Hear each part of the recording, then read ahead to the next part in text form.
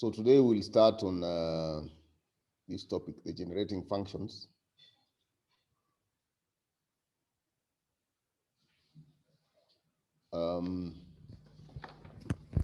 Just give me a minute.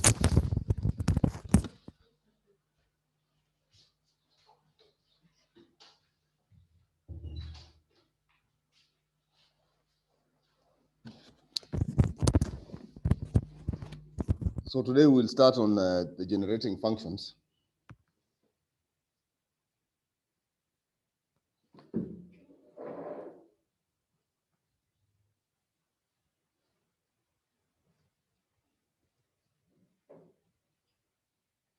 Let me set up the slide mode so that we can start there.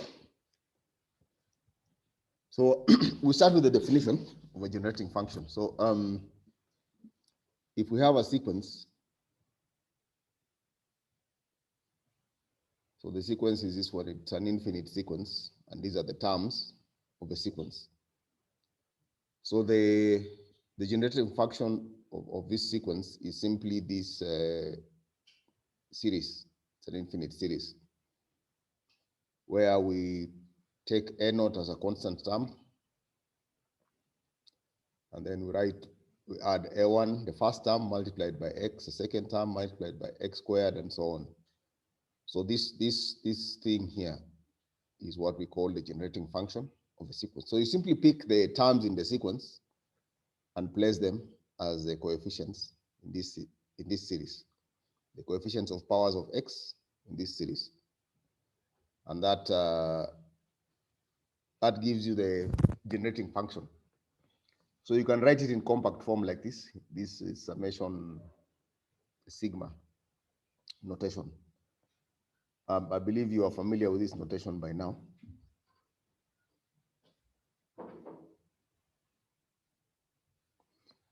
So let's look at some examples. So we are going to look at three different sequences. There are three of them here. So the first sequence here is where every term, it's a constant sequence. So a naught is 3 and so on. A1 is also 3, all of them. Every single term is equal to 3. So if you are to write out the sequence, it will look like this: 3, 3, 3, 3, 3. So that means all these coefficients will be 3. All these will be 3s. And therefore, you can just write it. This will be the generating function for this first sequence, where all the terms are equal to 3. So the next sequence is this one, which the kth term is given by k plus 1, so that for this sequence, this second sequence, a naught will be equal to 1. What will be a1? A1 will be 2. A2 will be 3, and so on. So these are the terms of this sequence. It goes on like that indefinitely.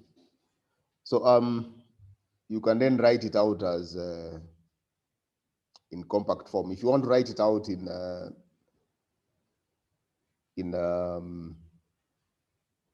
this expanded form, then what it would look like is this. It will be a naught plus 2x.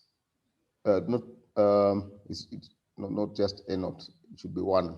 A naught is known, so we don't have to write a naught. It should be 1.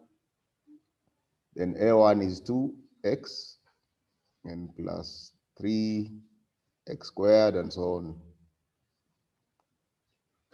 So that's what it would look like. This one, if you were to expand this, the expanded form would be like this, and this continues indefinitely. So then there's one more sequence, that is this third sequence. So for that third sequence, so this third sequence we are considering, the terms of this sequence will be a naught will be 1, because 2 raised to 0 is 1. A1 will be 2 raised to 1.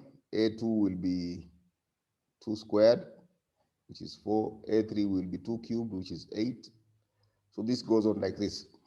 So if you were to write out the expanded form of the generating function for this sequence, you'd have 1 and then 2x, and this would be 4x squared, and so on.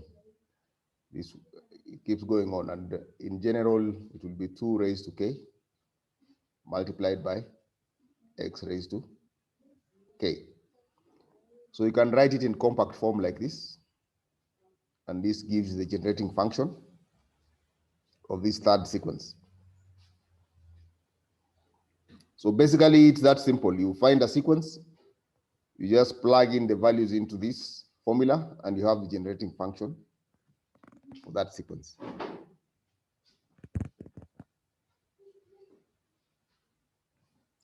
So if you have a finite, what we defined earlier was for a finite, an infinite series or sequence. So if you have a finite sequence, if you have a finite number of terms in your sequence, then you can assume that you can think of it as an infinite sequence, but assume that all the terms that come after that are all zeros. Or you can simply write it as a finite polynomial. Just add up the terms up to the last term of a sequence, and you end up with a polynomial of degree n. Since the last term in this sequence is an, it's a finite sequence, that's where you stop, and then you end up with a polynomial of at most degree n.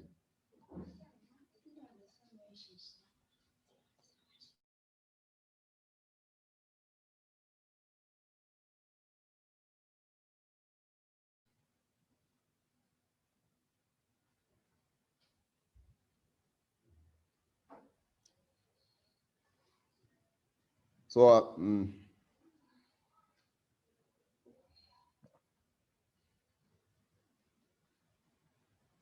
so this is the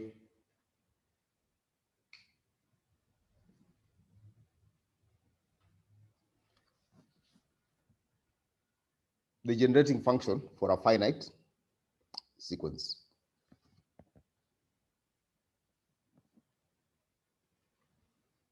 Can you see the screen?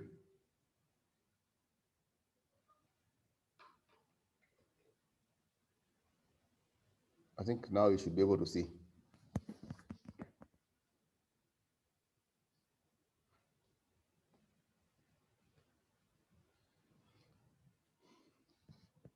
So this is simple. If you have a finite sequence, then the generating function is just this polynomial.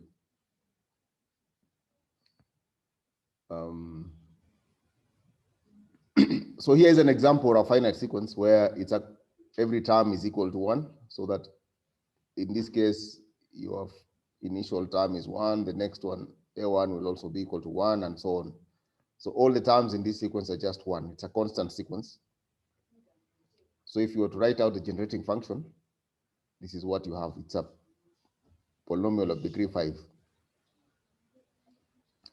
So if you think of this as a geometric series with the common ratio x, then you can use the formula for the sum of a geometric series to write it as this. So it means you can write, this is what we would call the closed form of the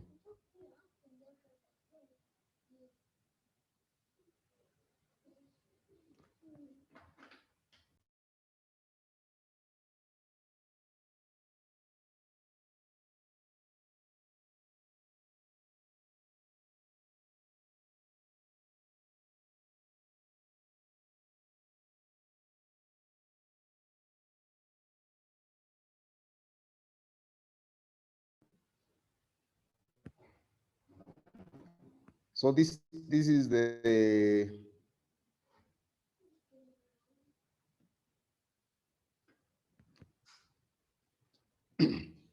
oh, I think I've skipped this is the generating function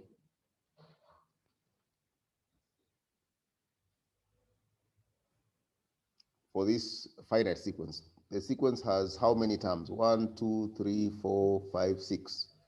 So yes, we have a total of 6 terms in this generating function. And applying the formula for the sum of a geometric series or sequence. Geometric series, sum of finite geometric series. This is what we end up with. I think you can look up you can revise your work to get the formula for the sum of a geometric series with common ratio x and first term equal to 1. I can't remember it. I think it was something like this.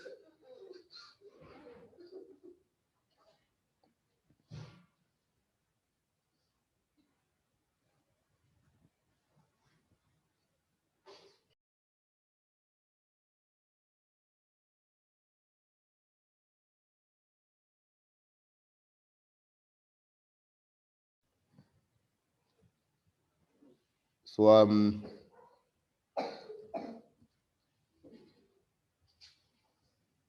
I hope you can see clearly and you have understood. The reason I'm holding on is so that you try to work it out yourself, so that you see this is actually the sum of this geometric progression.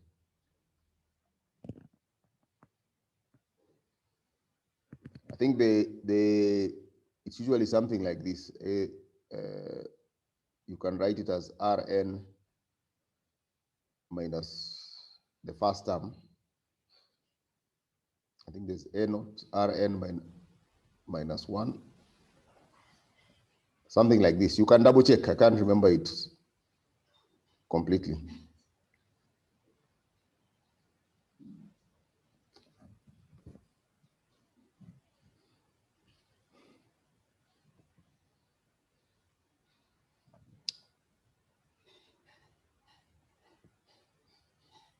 Yeah, I think that's it. So let's move on to the next example. So here we have another sequence where each term of the sequence is given by this m. So the kth term is given by m combination k, where m is a fixed integer and k does not exceed m. The largest value of k can be m. So this is an example of a finite sequence. So the generating function here will simply be a polynomial of degree m, and the coefficients will be these ones, simply these binomial coefficients. That's what we have.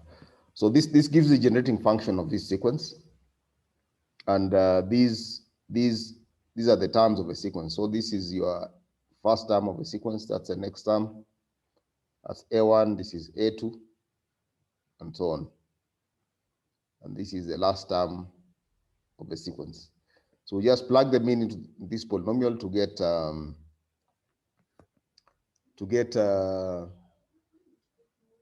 the, what do you call it, the generating function. But if you look at it carefully, you will see that it's just the expansion of 1 plus x using the binomial theorem. So the generating function for this can be simplified to this, just 1 plus x raised to m. The expansion of this is exactly what you have up here. So this when you write it in this form, this is what we call the closed form, where you have one compact formula describing the generating function. We have seen one example of this already. Here is another example of a closed form, where you have one formula representing the generating function.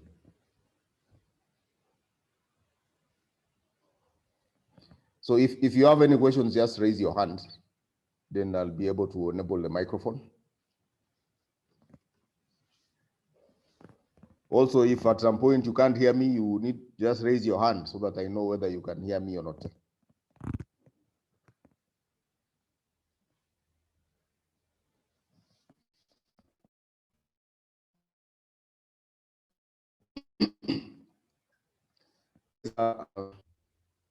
An example where you're given a generating function and you're able to determine the finite sequence, the infinite sequence that for which it's a generating function.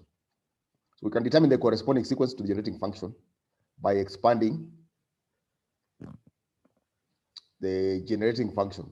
So we are given a closed form, we can expand it like this, and then we're able to see that the coefficients are all ones. So the sequence that corresponds to this generating function is just the constant sequence where every term is equal to 1, like that.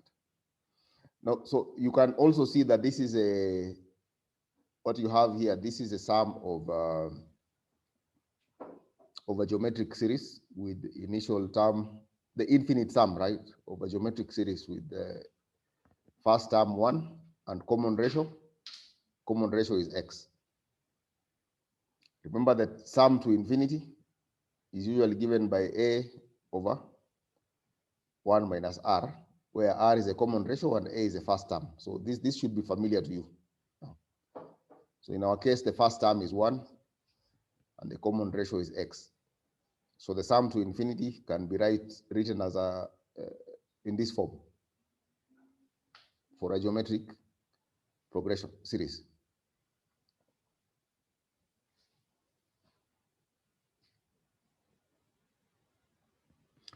So here is another example where you're given the generating function and you're supposed to determine the corresponding sequence that corresponds to that generating function.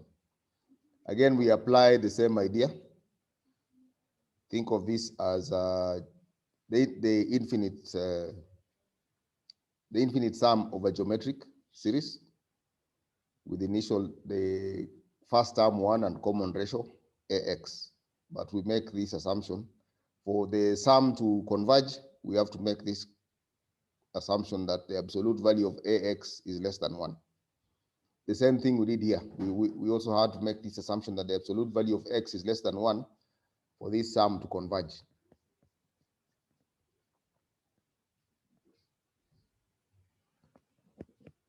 So these are things now you should take time and look at in your own time, over and over again. For them to make sense, you have to do a lot of repetition.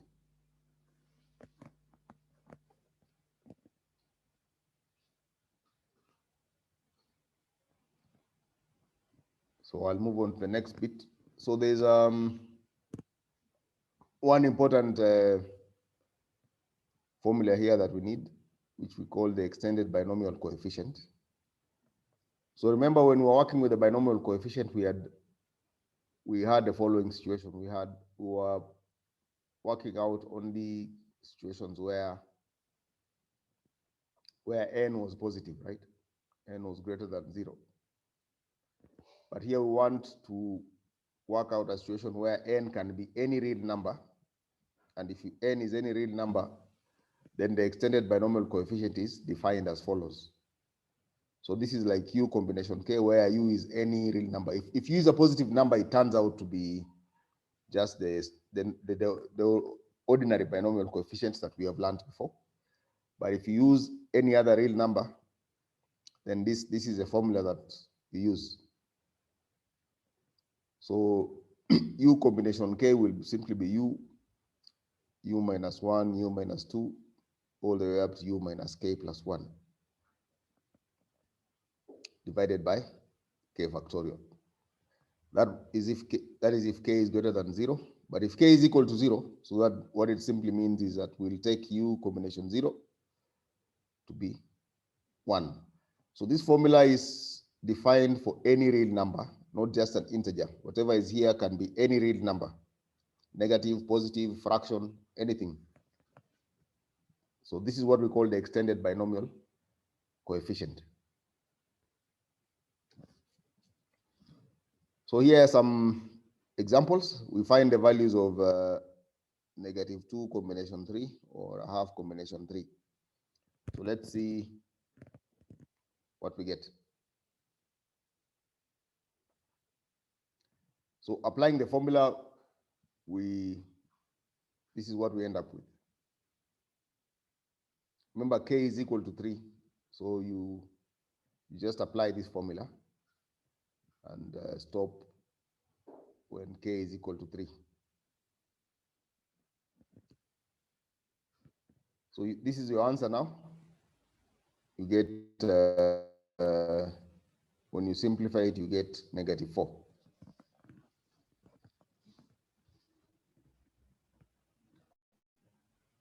So again, here is a case where the n is a fraction. So this becomes half minus 1, half minus 2.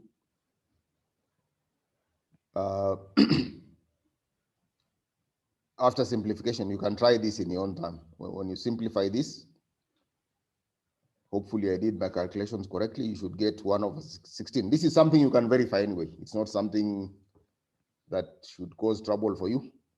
So you double check in your own time that this is indeed 1/16. It's easy to verify because you already have the formula. So you just plug the values into this formula and verify.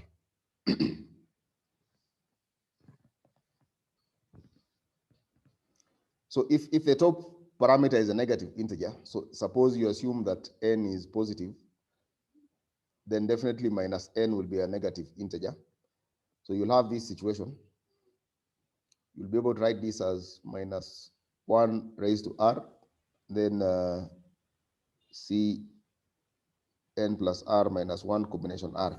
Remember what this is. This was the combinations with repetition. If you remember correctly, this was a formula for combinations with repetition. If I want to pick, I want r combinations from a set with n elements, but I allow repetitions.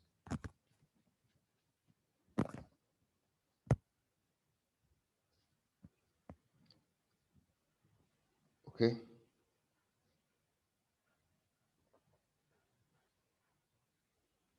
So this is just a restatement of the,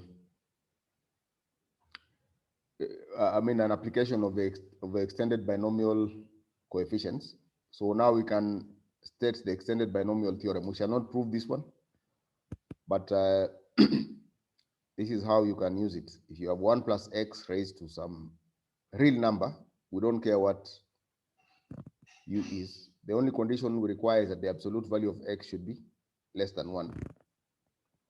Then we have this situation, k is equal to 0 to infinity, u combination k, where now this uk is the extended binomial coefficient, and then you have x raised to k as the formula. So this extended binomial theorem means you can get the expansion of this for any real number, where u is any real number here. So you just apply the extended binomial coefficients here, and get your answer. So the difference here you will notice is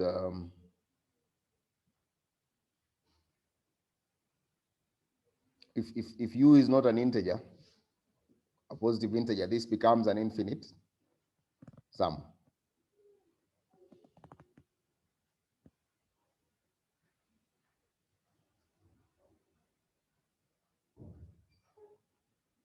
So let's look at some 2 examples. So let's try this.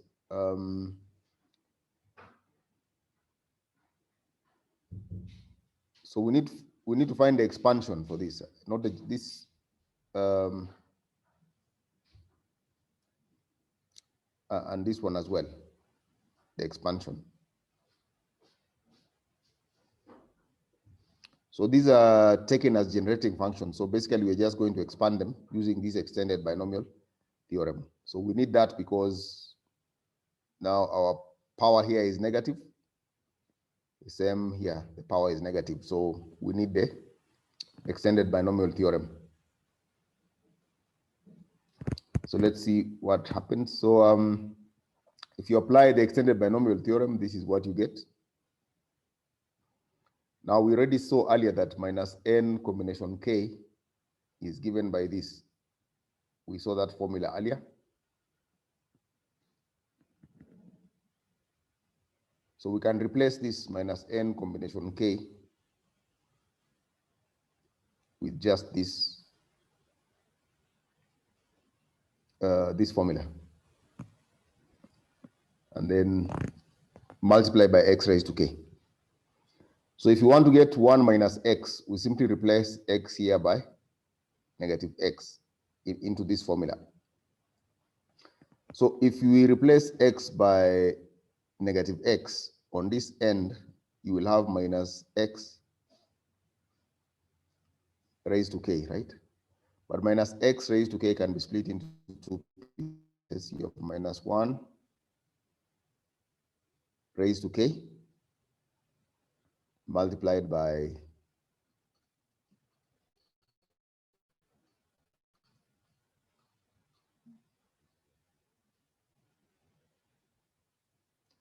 x. Is this correct? Where is the negative disappearing?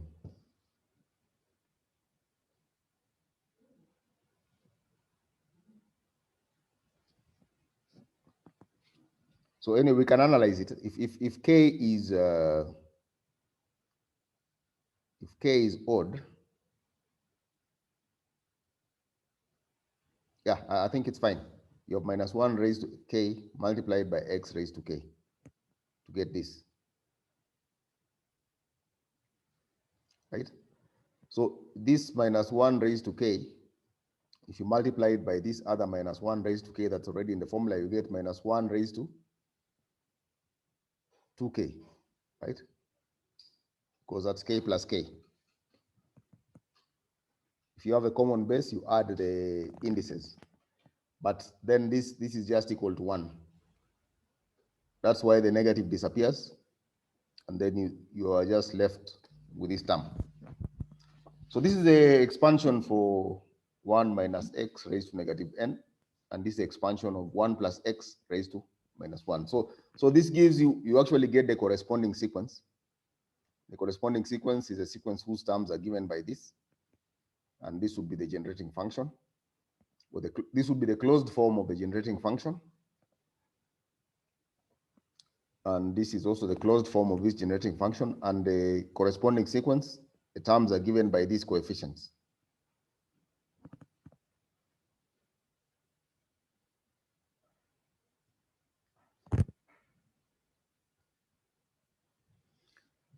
So I hope you have gotten this clearly. We're about to move to the next bit.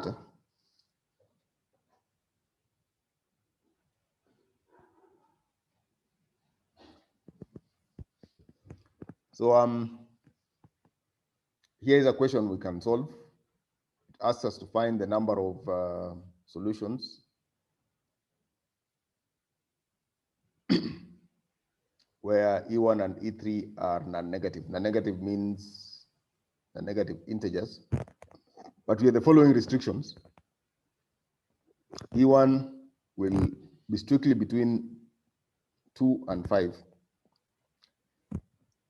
E2 lies between 3 and 6, including 3 and 6, and E3 is between 4 and 7, including 4 and 7. So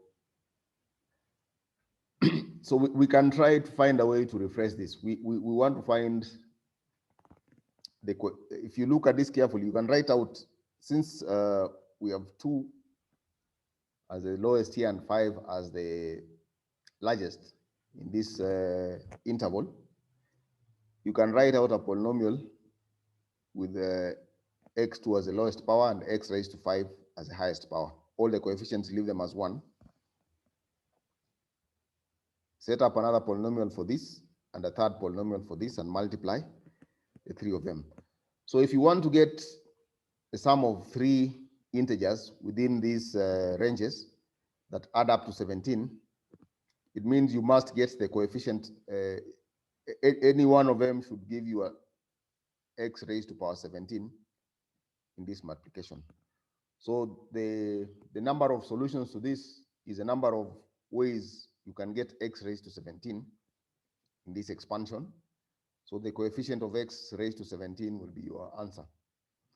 So if you look at this carefully, this you can do manually. How do you get the coefficient of x raised to 17?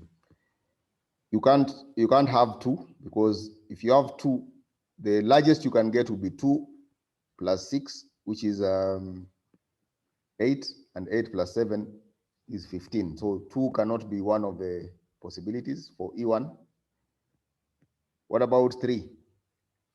The largest you can get with 3 is what? 3 plus 6 is 9. 9 plus 7 is 16. So again, we lock out 3. 3 cannot work. 2 and 3 cannot work for E1. What about the possibilities for E1? Let's take 4. The largest you can get with 4 is 4 plus 6, which is 10 plus 17. So that gives us one possibility, 4, 6, and 7. Can 4 give us any other possibility? No. If you get 9 plus 7 will be 16. So there's no other possibility. We have to move now to 5. If you take E1 to be 5, you can have 5 plus 5 plus 7. So that's one possible solution. When 5, you can't go lower. If you go lower, you have 5 plus 4, which will give us 9. So the largest you can get is 9 plus 7, which is 16. So you can't go lower than 5 here, but you can try 6. So 5 plus 6 is 11, and 11 plus 6 is 17. So the only other option is those two, 5, 6, and 6. So these are the only 3 solutions under these constraints. If you consider these limitations, these are the only possible solutions for E1, E2, and E3. So there are 3 possible solutions, and you can find them as a coefficient of x raised to 17 in this expansion.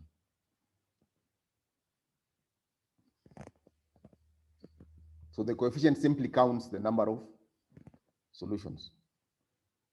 I suppose that makes sense.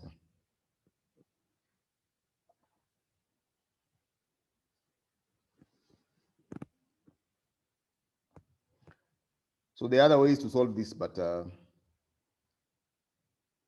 this being a small example, this is what we have done is a direct method. If it's not a very small example, you may not be able to count manually, so they may have to apply other techniques. So we want to see how we can use generating functions to solve recurrence relations. So how do we do that?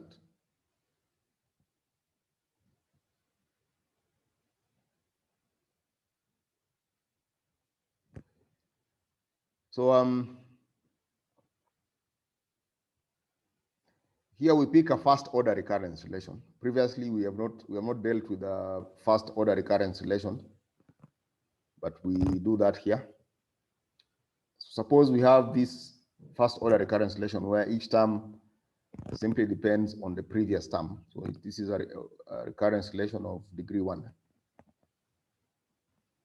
We want to find the generating function for this, and eventually use it to find the terms of this sequence. So so suppose that the terms are given by AK. We can set up this as generating function, and throughout we make use of the fact that AK is given by 3A subscript K minus 1. So this one is something we assume to be true throughout for the rest of the discussion. And also recall that the initial, the first term of the sequence we are trying to find is 2. A naught is equal to 2. So we need only one initial condition because it's a recurrence relation of degree 1.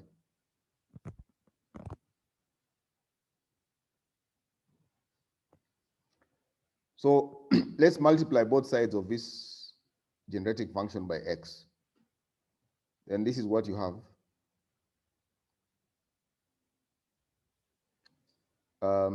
X will go up by 1 power here because you're multiplying by x throughout. So this will be x raised to k plus 1. AK will not move, will just be the same AK. You can shift the index of this. If you look at this expansion, if you start with k is equal to 0, what will be your, when k is 0, what will you have? You will have A0 and X. When k is equal to 1, you will have A1 and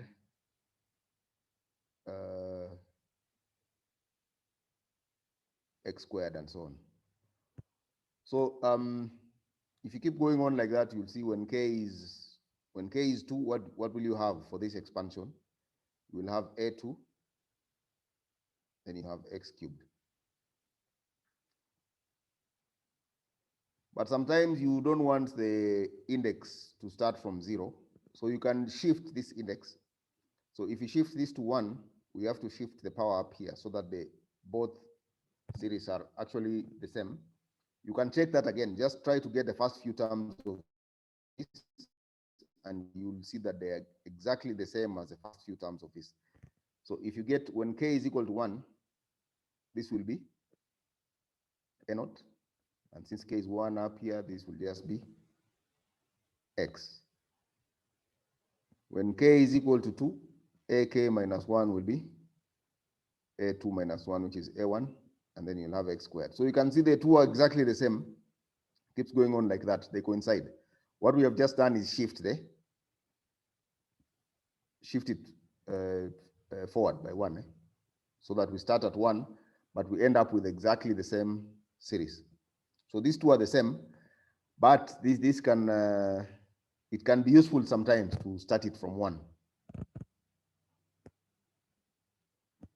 So this is a decision you can shift it sometimes by more than 1 and so on, for it to serve the purpose you want it to serve. So it's basically how you determine how much to shift it. It depends on you. Will vary from case to case. So, but in this case, we just need to shift it by 1, and we end up with exactly the same series on both sides. So if we apply the recurrence relation, we have Gx. We shall use the recurrence, like I told you, this is the recurrence relation. We assume it to be true, so we shall use that at some point. So Gx minus 3x Gx. The choice of these 3x Gx is not by accident. It's because of this 3a. Because of that 3, we get this difference. The Gx gives us this 3 ak xk. That's the generative function we are looking for. And then we have already found this here. We already worked it out. It's here. So we just replace that in the formula.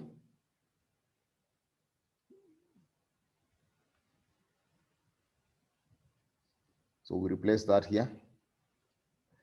Now we can split this. We can pull out the term A0 from this, and then we pick out the rest from k is equal to 1 to infinity. So now these ones, since they have the same powers, we can actually combine them. So that was the reason for shifting this to 1, so that we can combine this and this in this sum. They have exactly the same counters. So you can add these two sums together, so that AK minus 3, AK minus 1 becomes a coefficient of x raised to k. But now our sequence satisfies the following condition: 3an is equal to 3an minus 1. So if you subtract 3an minus 1 from an, you should get 0, right? Because the terms of this sequence satisfy this recurrence relation. So this whole thing will be 0. And therefore, the whole of this sum will just be 0. You end up with A0 plus 0 is equal. This becomes A0 plus 0. But we already know that A0 is equal to 2. So we end up with this. A naught is 2. We have found the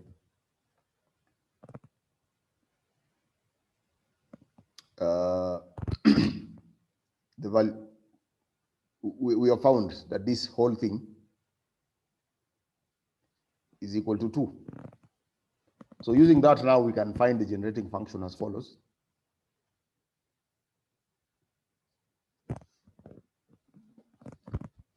So we're just simplifying this. Gx is common, so we can pull it out. We'll have 1 minus 3x multiplied by gx is equal to 2. And now we can make the generating function the subject. And we use this identity to expand it. So gx is equal to 2 over 1 minus 3x. So just make gx the subject. That should not be hard for you. And then using this formula, the expansion will look like this. So this gives us the generating function. So if you want the terms of a sequence, the terms of a sequence will be 2 times 3 raised to k. So that's what you have as the terms of a sequence.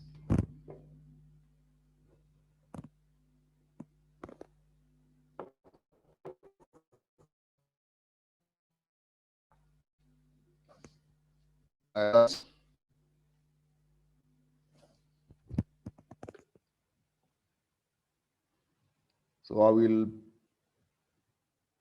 put on the mic and see if you have any questions.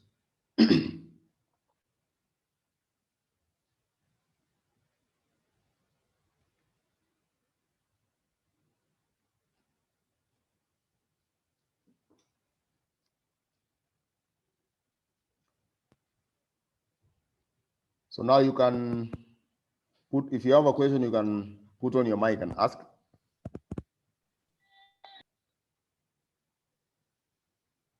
But only do so if you have a question, not if you want to heckle.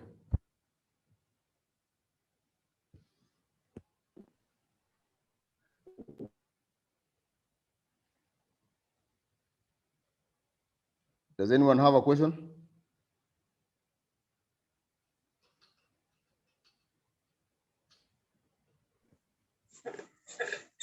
Hello. Onyango. Yeah, can you Onyango, you are provide? a lot of echo from your side. Okay, I'm saying, can you scroll back? Can you scroll back a bit? There? No. Hapana. Hapana. Bado juu. Not yet. Okay, there. Yes. Oh, no. Back kidogo. Umepita. Hapana, the definition one. No. Enda mbele kidogo.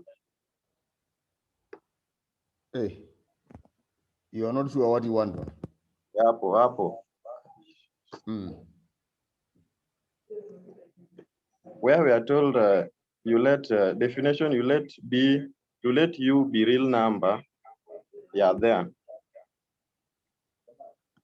Okay, I can see we are told that that formula is that when k is greater than 0, then you will have it in that form that u into u minus 1 into u minus 2 up to u minus k plus 1. But yes. when you are dealing, that one, then when you are dealing with the equation, that example down, I only see that the one that negative 2, 3. So let's multiply minus 2, which is your u. Then you subtract minus 1. What do you get? U minus 1 now will be 3, negative 3. And then? Then negative 4. Yes. So where is the problem? Why is it not reaching up to u minus k plus 1? What is Because K? we're having our K to be 3 now. So minus 3 plus 1 is what? What is minus 3 plus 1? That is -2. And then if you add -2, you get -4. I'm saying I'm talking about the last term. Yes, the last term will be u minus k plus 1, and it should be u minus 3 plus 1. Right? So it will be 2 minus 2 minus 3 plus 1. That will be the last term. Yeah. And it's -4 when you simplify it. My assumption is that you're able to do this calculation. This is just subtraction one. There's nothing difficult here. You have -2. Then the next term will be -2, -1.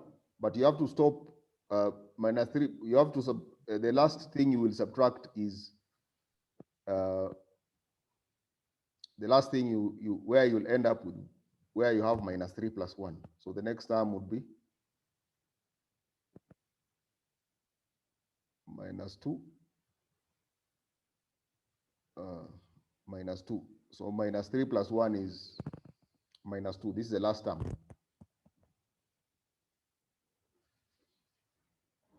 Right? Okay. You can't go beyond there. The last term is this.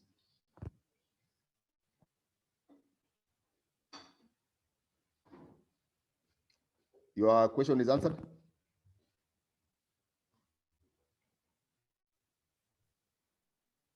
So you should do the same for this.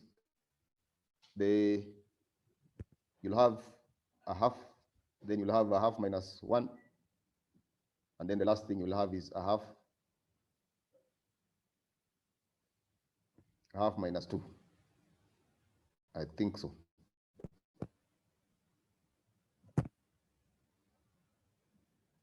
Where 2 is exactly -3 plus 1, which is minus k plus 1 up here. So the last thing you have here should be minus k plus 1.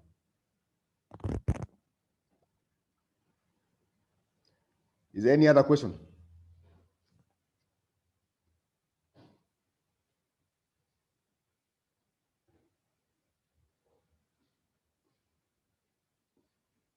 So if you are here, I simplified everything.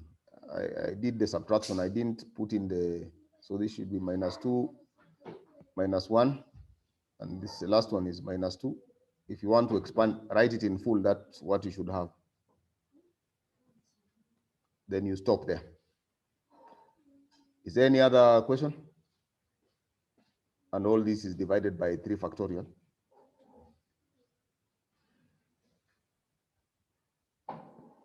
So there's a set of questions that come at the end that will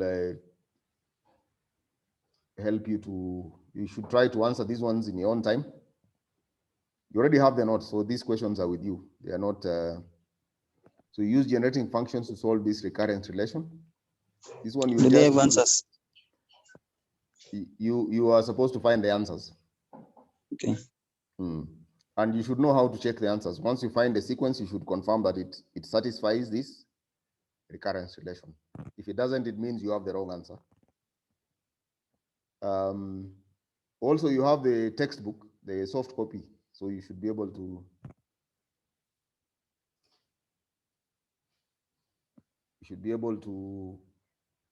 do those examples in the text.